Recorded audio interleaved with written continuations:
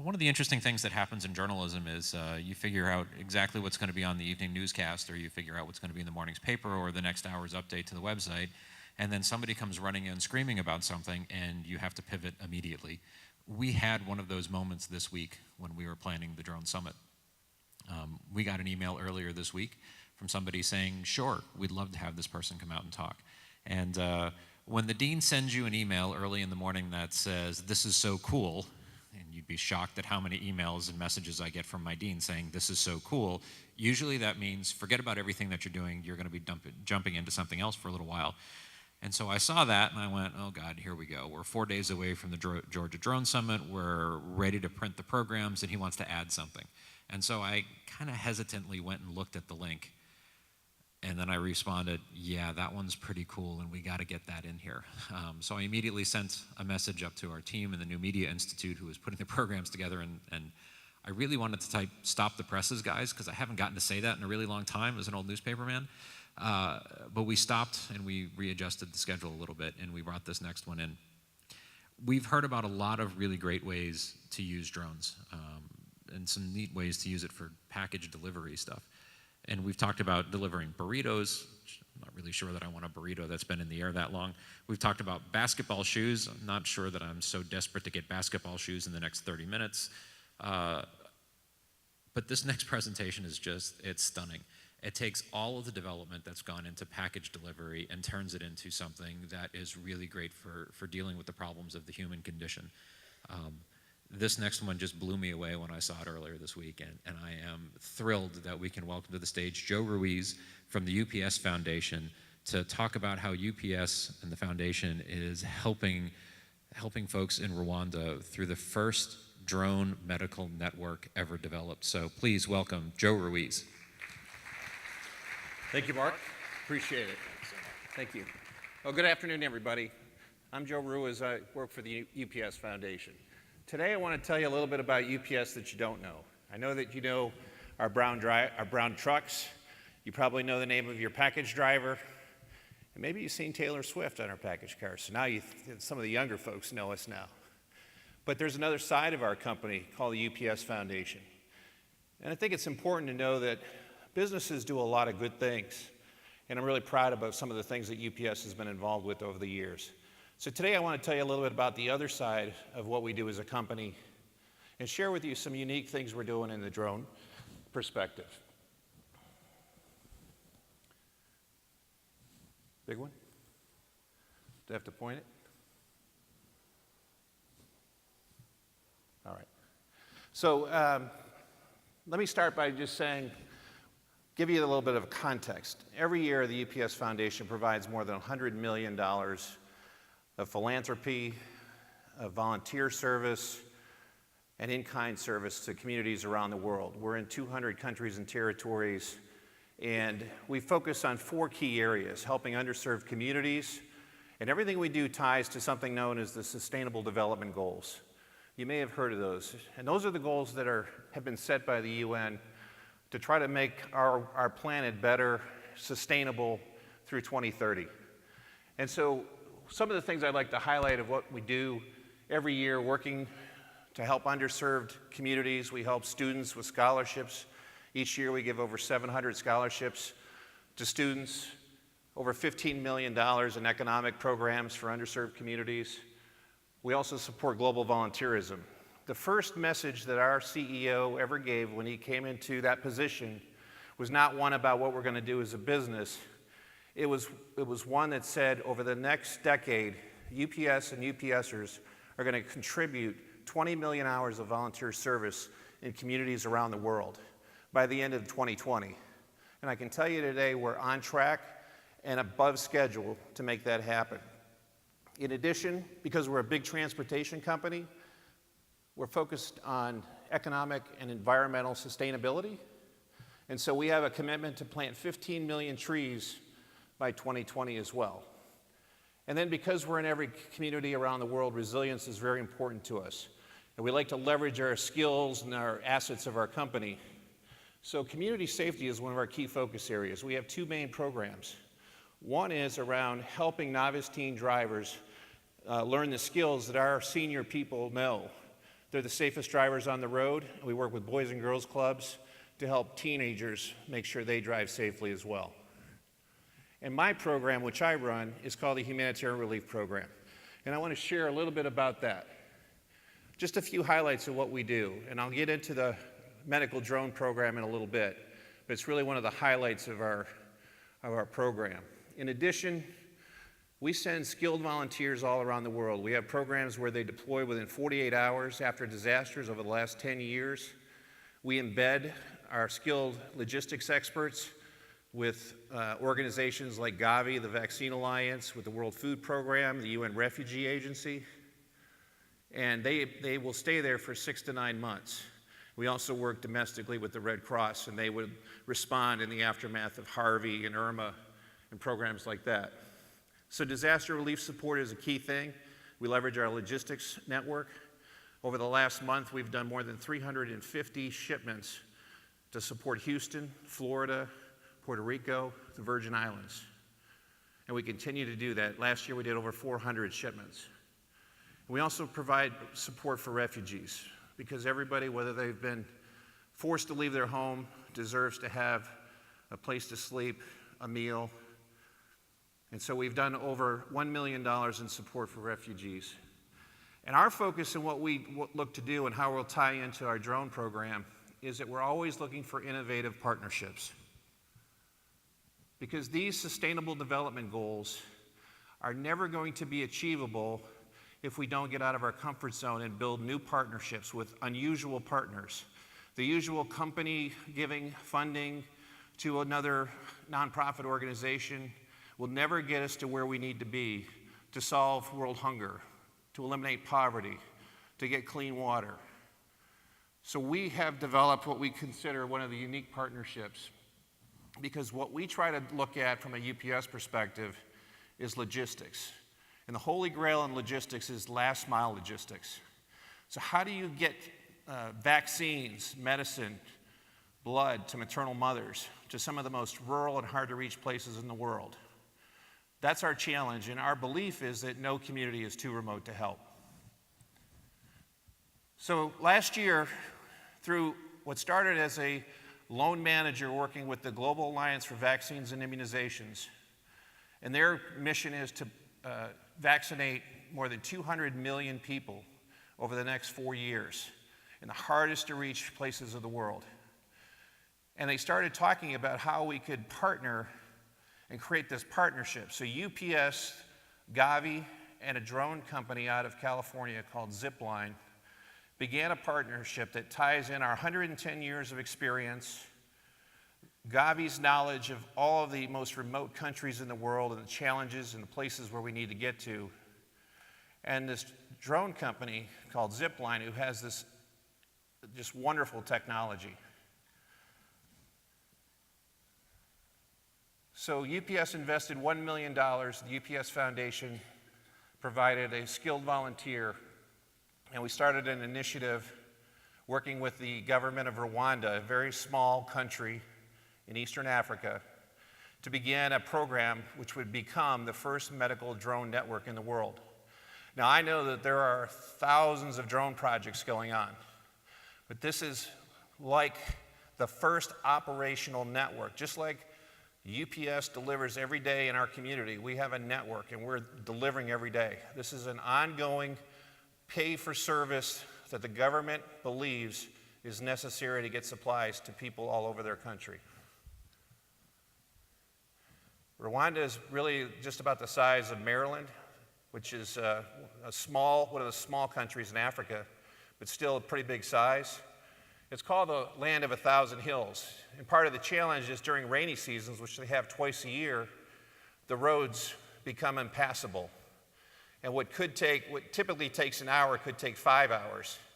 And if you're a mother who's given birth and has complications, that could mean life or death. So what I'd like to do today is show you a video of what the program is that we've created with the world's first medical drone program.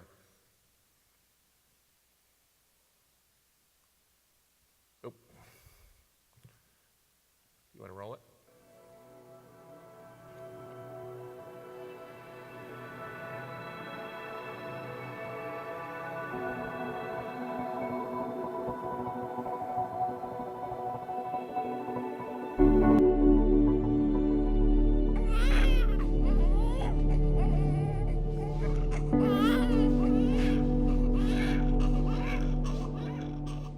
m'appelle Dr. Luxembourg Jean-Pierre, je suis le chef des services de néonatologie.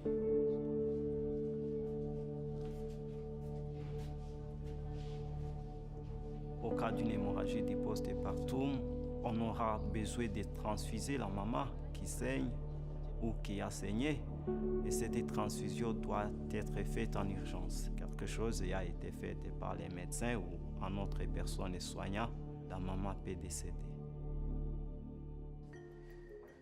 When you talk about surgery, when you talk about maternity, when you talk about injury, all those phenomena in our lives need and require blood. So the challenge in Rwanda is, although they have good coverage, it is a hilly country, the infrastructure, most of the roads are not paved, and so during rainy season it's difficult to pass.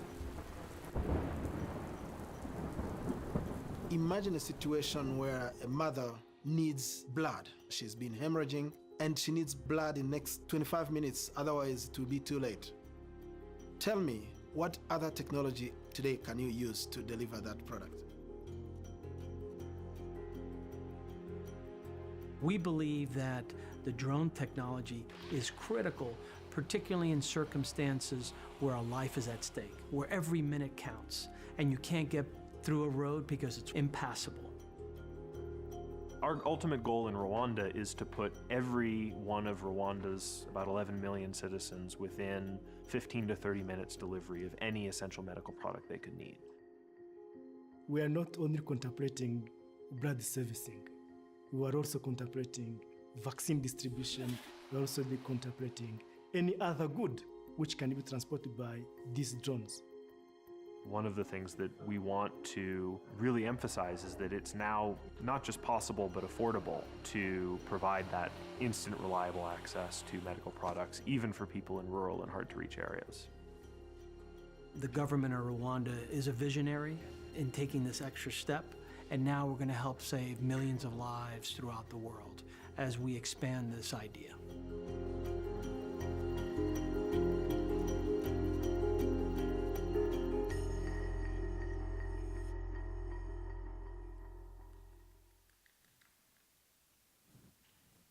And we are expanding the program. It's been so successful. At the end of 1 year, we've delivered 2,000 pints of blood. We've literally saved at least 300 lives, women and children who are afflicted with malaria, mothers who've had complications from childbirth.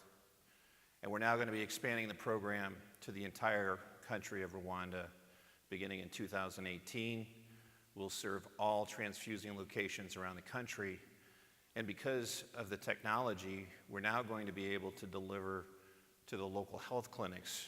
Instead of just in situations that are life-threatening, we'll now bring more quality health care, preventive care, neonatal care to families that will be able to go to health centers if they have the need for a vaccine or a flu.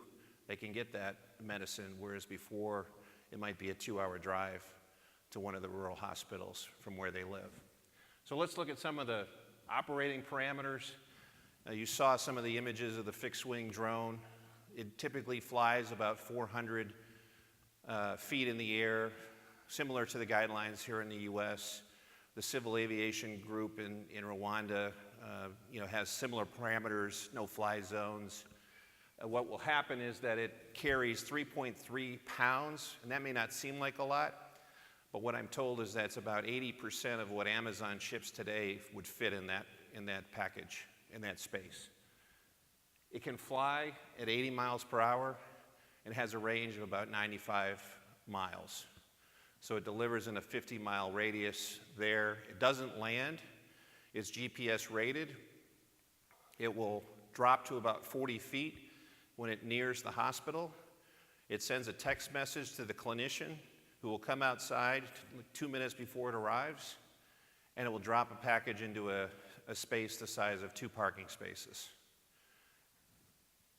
The goal, as you heard on the video, is to bring healthcare to everybody in under 30 minutes. We're currently serving 12 hospitals. We're going to be serving the entire country, which was more than 2,700 hospitals. But again, we're going to be delivering eventually to more than 1,000 health clinics who previously did not have any supplies and services, so they're very seldomly used by families in Rwanda. Some of the impacts, as you see, we've been able to save lives. There's no more expired blood. We've seen hospitals actually administering blood previous to this program that were beyond its expiry date. The doctors are enabled to give the care that they need. And we're also creating economic opportunities in country. The entire operation in Rwanda is staffed by local Rwandans. They now have 12 employees at the nest in the western part. We're going to be building another nest in the eastern part of the country. And these are great high-tech jobs. I wanted to close with one other additional project that we're working on with another drone company called Sci-Fi Works. Last year, UPS did a test of a delivery to Children's Island off the coast of Massachusetts, delivering an inhaler to a child who was having a situation on the island. And the Sci-Fi is called the Persistent Aerial Reconnaissance and Communication Drone. So it is a tethered drone that will go up in the air 400 feet and can stay there with a generator 24/7, providing photo imagery. It's been used for the Boston Marathon in recent times. And we started to look at our partners, one of those being the American Red Cross, and how we could possibly use this technology for good. So in the aftermath of Hurricane Harvey, we went to the Red Cross and we went to Sci-Fi and said, what are some of the challenges that you have as an organization? And one of the things that the Red Cross has a challenge with is they do these damage assessments in the aftermath of the storms, but sometimes it takes up to 3 weeks to a month before they can get into certain areas because of flood waters, and they don't recede right away. So with the aerial imagery that we could provide with this program, by speeding that process, the Red Cross can then make emergency disaster payment assistance to the families that have been affected more quickly. $400 or $500 the first week after Hurricane Harvey is much better than 4 or 5 weeks after the storm. So we did it for 1 week. The goal again was to expedite assistance. We're working with them. The Red Cross is still in the midst of active response. We plan to get back together and evaluate and look where we go from here. I did want to show a little bit of the footage that what they can do with this, and you can see how the Sci-Fi drone, which has a high-powered camera that can zoom in on a clear day, something like 3 miles, so that they can actually see the water line on flooded areas. You can obviously see the damage, and again, it's something that we hope that will provide a better outcome for people leveraging this great drone technology that we're all here to learn more about. So really, I just want to say thank you for the opportunity to be here today to speak to you, and I want to thank the University of Georgia for allowing me last minute to come to the program today. UPS and the University of Georgia have had a long 20-year relationship of collaboration. Some of the great students at UGA have helped our company in many, many ways, and it's my pleasure to be here today to share what we're doing. Thank you very much.